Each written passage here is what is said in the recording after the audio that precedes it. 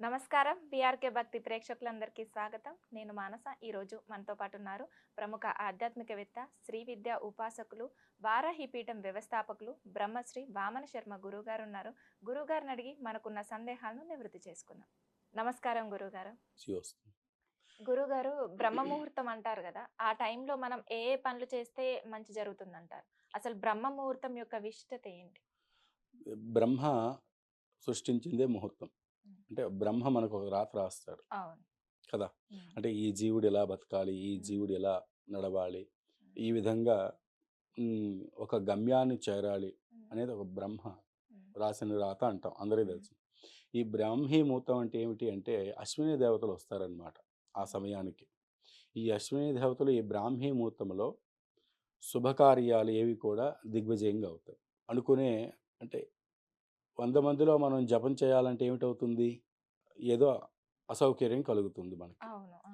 ఈ బ్రాహ్మీ సమయంలో అంటే ఉదయం 3 గంటల నుంచి హ్మ్. 5:30 లోపల బ్రాహ్మీ సమయం. హ్మ్. కొంతమంది 4 గంటలు కూడా బ్రాహ్మీ సమయాన్ని పాటిస్తారు. అవును. అయితే ఈ మధ్య కాలంలో ఈ బ్రాహ్మీ సమయంలో చెయ్యటం వలన సర్వసిద్ధులు ఉంటాయన్నమాట. భగవత్ స్వరూపులు ఏదైతే ఉంటారో వాళ్ళొచ్చి ఆశీర్వచనం ఉంటుంది. దానికి అతీతమైన శక్తి ఉంటుంది.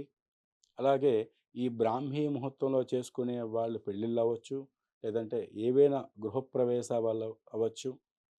బ్రాహ్మీ ముహూర్తంలో పుట్టిన వాళ్ళు కూడా ఉన్నారు. వాళ్ళు ఉన్నత స్థాయిలో ఉంటారనమాట. ఓకే. దీనికి హ్మ్. సంఖ్యాశాస్త్రం ఉండదు ఈ బ్రాహ్మీ ముహూర్తం. అంటే సూర్యోదయం, సూర్యకాల గడియలు, జ్యోతిష్ శాస్త్ర ప్రమాణంగా ఈ బ్రాహ్మీ ముహూర్తం అనేది చూసుకుంటాం. దీనికి రాహుకాలాలు, హ్మ్. దుర్ముహూర్తాలు, వ తర్వాత వర్జ్యం, దుర్ముహూర్తం ఈ కాలంలో వర్తించదనమాట. కాబట్టి దానికి బ్రాహ్మీ ముహూర్తం అంటే అత్యుష్టమైన శక్తి గలది గాబట్టి, అత్యుష్టమైన శుభకార్యాన్ని చేసుకునే శాస్త్రాన్ని బ్రాహ్మీ ముహూర్తం అని అంటారు.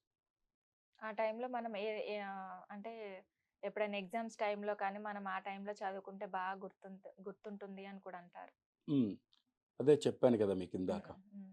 100 మందిలో మనం జపం చేయాలంటే అసౌకర్యం. అంటే మన యొక్క హ్మ్. బ్రెయిన్ అవును. పరిమిత విధాలుగా వెళ్తుంది. వాడు అవును. హారన్ హ్మ్. వేస్తున్నాడు, వీళ్ళు పిలుస్తున్నారు అనేది. హ్మ్. అదే ప్రాతకాలంలో లేచి విద్యాభ్యాసం చేసుకుంటే, విద్యని మనం అదే చదువుతున్న కొద్దీ హ్మ్. మన బ్రెయిన్‌లో ఆ టైంలో ఏవి ఆలోచనలుండవు. హ్మ్. అందువలన వేగంగా మనకి బ్రెయిన్‌లోకి విద్య అనేది వెళ్తుంటుంది. హ్మ్. గుర్తుంటుందనమాట. అందుకే ఆ సమయంలోనే చాలా వరకు విద్యార్థులు చదవడానికి ప్రయత్నం చేస్తారు.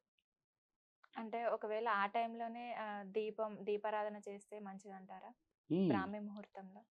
బ్రాహ్మీ ముహూర్తంలో చేస్తే ఏమిటవుతుందంటే, దీని గృహశాస్త్రం ఇంకోటుంది దీంట్లో. హ్మ్. బ్రాహ్మీ ముహూర్తంలో గృహశాస్త్రం. రాత్రి సమయంలో పడుకునే సమయానికి జ్యేష్ఠాదేవి గృహంలోకొస్తుంది. హ్మ్.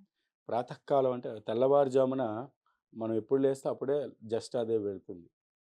ఎలా వెళ్తుంది అంటే, మనం శుభ్రంగా లేచి కాలకృత్యం తెచ్చుకొని, ఇల్లు గుమ్మాలు తుడుచుకొని, పసుపు పెట్టి ఆహ్, మనం శుభ్రంగా స్నానం చేసుకొనొచ్చి చేస్తే ఆ సమయానికి జ్యేష్ఠాదేవి దీపం వెలిగించే సమయానికి జ్యేష్ఠాదేవి వెళ్ళి లక్ష్మీదేవి వస్తుంది. హ్మ్. ఆ ఇంట్లో ఆరోగ్యాలు గానీ, ఐశ్వర్యం కానీ, తర్వాత ఎటువంటి రోగాలు కూడా ఉండవు. అందుకే ప్రాతకాలంలోనే దేవాలయం తెరవాలి అంటారు. హ్మ్. ప్రాతకాలంలోనే లేచి సంధ్యావందనాలు, జపాలు, తపాలు, హ్మ్. దీపాలు గూడా చేసుకుంటే దాన్ని సిద్ధి పొందుతాం. ఓకే. ఆ ఇంటికి లక్ష్మీ కల ఉంటుంది.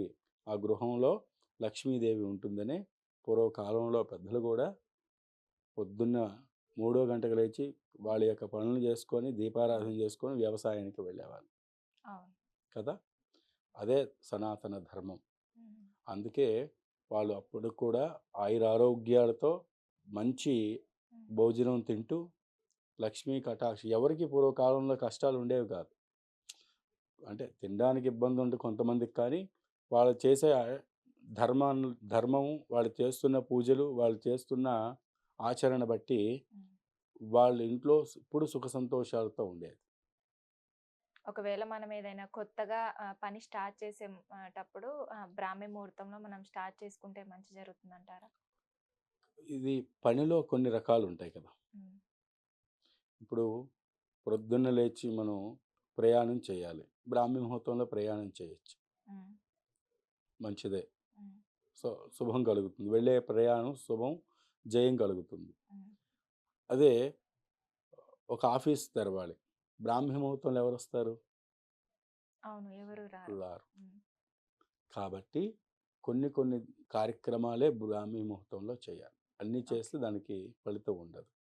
ఓకే గురుగారు, బ్రాహ్మీ ముహూర్తం గురించి చాలా చక్కటి వివరణ అందించారు. ధన్యవాదాలు. వసుదేవ